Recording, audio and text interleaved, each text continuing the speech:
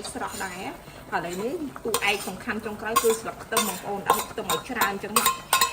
គឺឈ្ងុយចាជំរាបសួរបងប្អូនទាំងអស់គ្នាជួបគ្នាជាមួយនឹងនាងខ្ញុំទៀតហើយបងប្អូនហើយថ្ងៃនេះផងដែរខ្ញុំមានមុខម្ហូបមួយសម្រាប់ធ្វើការបង្ហាញជូនបងប្អូនចាផ្ញើជូនសម្រាប់ស្ត្រីមេផ្ទះដែលអត់ដឹងថារនឹកធ្វើម្ហូបអីទេបងប្អូនអាចសាកល្បងស្ងោរត្រីស្ពៃជូរនេះណារសជាតិរបស់វាគឺជូរហើយហឹរនិយាយទៅញ៉ាំទៅគឺស្វាងអារម្មណ៍តែម្ដងបងប្អូនហើយវិធីធ្វើក៏ងាយស្រួលដែរហើយសម្រាប់គ្រឿងផ្សំដូចបងប្អូនបានឃើញនៅក្នុងវីដេអូនេះអញ្ចឹងគឺមានត្រីរ៉ង់ត្រីនេះ1គីឡូជាងបងប្អូនខ្ញុំ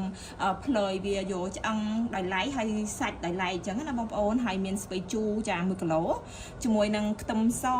ច្រាំរួចហើយជាមួយនឹងចាស្លឹកខ្ទឹមរបស់យើងហើយវិធីធ្វើខ្ញុំនឹងបង្ហាញជូននៅបន្តិចទៀតចាអញ្ចឹងចង់ដឹងថា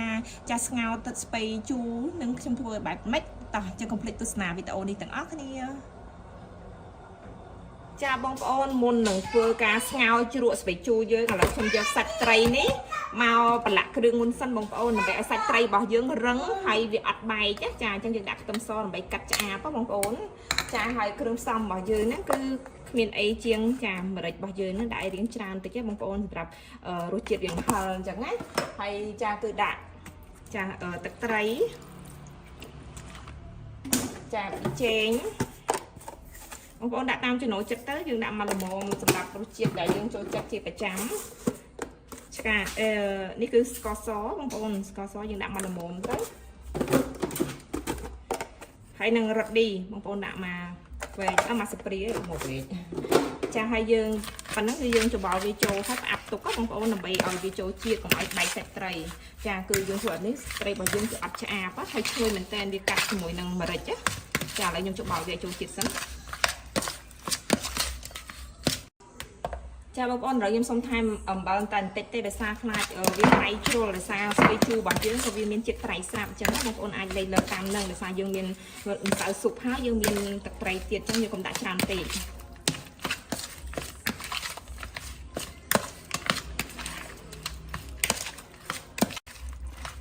ចាបងប្អូនឥឡូវត្រីរបស់យើងគឺចូលជាតិសព្វល្អហើយឥឡូវយើងផ្អាប់ទុកសិនណាចាដើម្បីឲ្យវាចូលជាតិហើយរឹងសាច់ល្អឥឡូវយើងងាកទៅឆាស្ពៃរបស់យើងសិនមុននឹងធ្វើជាទឹកស៊ុបតោះបងប្អូនឥឡូវខ្ទះឆ្នាំងរបស់យើងក្តៅហើយខ្ញុំចាប់ផ្ដើមចាដាក់ប្រេងឆាចូល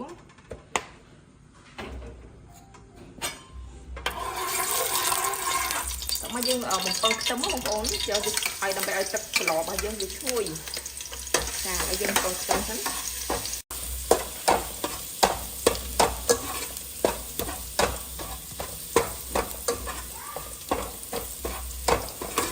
ឡូវយើងបំពងខ្ទឹមឲ្យឡើងប៉ុងកន្លាតចឹងហើយយើងចាក់ស្ពៃជូរយើងចូលណា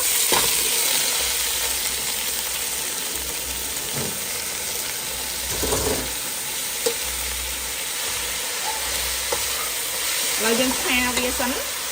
ឆានេះបងប្អូនឆាដើម្បីស្ពៃជូរយើងវាទុនឆ្ងាញ់ចូលជាតិចឹងណាហើយណាមួយស្ពៃជូរក៏ត្រូវការពងនោះយូរជាងត្រីចាអញ្ចឹងយើងឆាវាសិន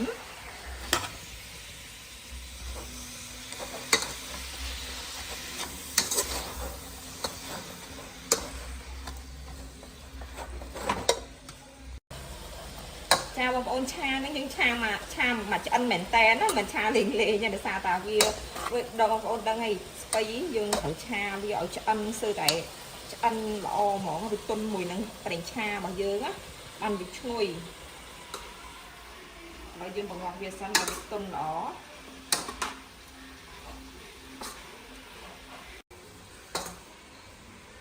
ឥឡូវវាស្លោបន្តិចទេបងប្អូនគឺយើងព្យាយាមបង្រាស់វា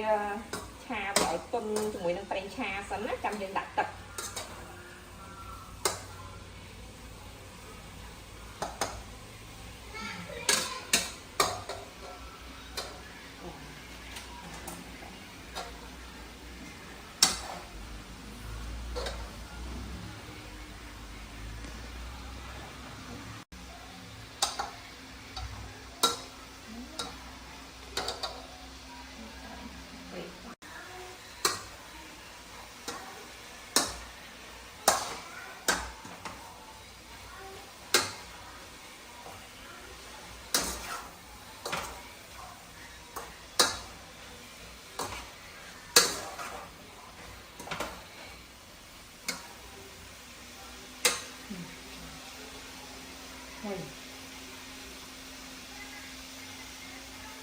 ប្អូនយើងឆាវាមកទុនបន្លែអញ្ចឹងណាចាំយើងចាក់ទឹកយើងចាក់ទឹកឲ្យដាំឲ្យពុះសិនណាបងប្អូនអញ្ចឹងទឹកលៃមើលមកល្មមទឹកស្លរបស់យើងណា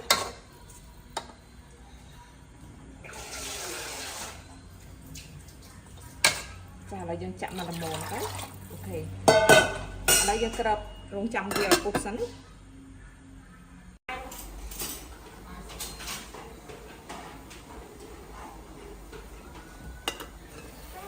ចាបងប្អូនឥឡូវពុះហើយ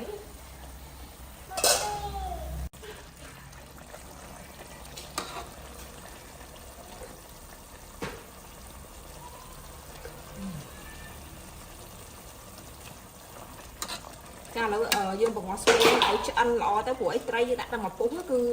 គឺបានទេបងប្អូនបែកបង្គាស់យូរពេកវាអាចបែកអញ្ចឹងណាឥឡូវយើងបង្គាស់តិចទៀតសិនដើម្បីឲ្យវាទន់ល្អឆ្អិនបងប្អូនឥឡូវស្ពៃជូរបើយើងវាឆ្អិនហើយ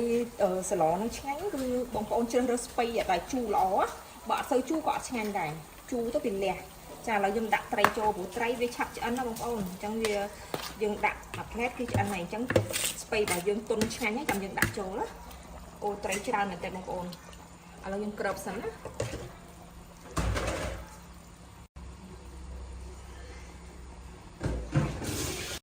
ចាបងប្អូនឥឡូវនេះសម្លរបស់យើងគឺពុះហើយឥឡូវយើងថែម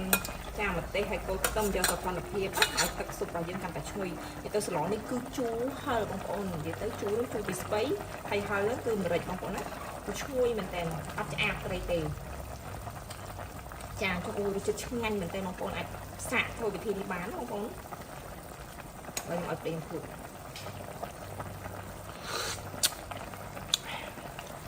ចាគឺឆ្អិនរួចរាល់បងប្អូនគឺស្រួលធ្វើមែនតើត្រីយើងមិនបង្គាស់យូរទេបងប្អូនថាបាក់ឡាច់បែកចាបងប្អូនឥឡូវសឡរបស់យើងគឺឆ្អិនហើយរសជាតិយើងចង់បានឲ្យខ្ទិះហ្មងបងប្អូននិយាយទៅត្រីយើងត្រីស្រស់ដែរហើយឥឡូវនេះតួឯកសំខាន់ចុងក្រោយគឺស្លឹកខ្ទឹមបងប្អូនដាក់ខ្ទឹមឲ្យច្រើនអញ្ចឹងគឺឈ្ងុយមែនតើនិយាយទៅអត់បាយ3ចានអត់ដឹងឆ្អែតទេបងប្អូនស្លនេះបងប្អូនអាចសាកបានបងប្អូនតំណងខ្លាំងមែនតើអូឈ្ងុយមែនតើបងប្អូនឥឡូវឆ្អិនរួចរាល់យើងអាចបិទចាបិទភ្លើងបានហើយអូឈ្ងុយមែនតើបងប្អូនអូបងប្អូនគឺឈ្ងុយមែនតើស្ពៃរបស់យើងគឺជូរហើយយើងឆាអញ្ចឹងទៅវាទុំបន្លែល្អបងប្អូនអូគឺឆ្ងាញ់មែនតើបងប្អូនអូយមួយត្រីយើងប្រើត្រីរស់មួយហ្នឹងជិត1គីឡូបាទបងប្អូនគឺជាតិហ្មងបងប្អូនស្លនេះគឺស្លចុះបាយបងប្អូនណែអូឆ្ងាញ់មែនតើបងប្អូនចាអញ្ចឹងបងប្អូនសម្រាប់ស្ងោចាស្ងោត្រីស្ពៃជូររបស់យើងស្ពៃជូរឬក៏ស្ពៃជ្រក់របស់យើងគឺឆ្អិនហើយបងប្អូនហើយរសជាតិគឺឆ្ងាញ់មែនតើបងប្អូនចង់ជូរលះមាត់អីអាចសាកល្បងចាមុខម្ហូបនេះបានអញ្ចឹងសម្រាប់វីដេអូរបស់យើងខ្ញុំគឺមានតែប៉ុណ្ណេះទេអរគុណច្រើនមែនតើសម្រាប់ការទស្សនាវីដេអូរបស់នាងខ្ញុំកន្លងមកអញ្ចឹងចាំជួបគ្នាជាមួយនឹងคลิปវីដេអូក្រោយៗបន្តទៀតណាបងប្អូនអរគុណច្រើនជម្រាបលា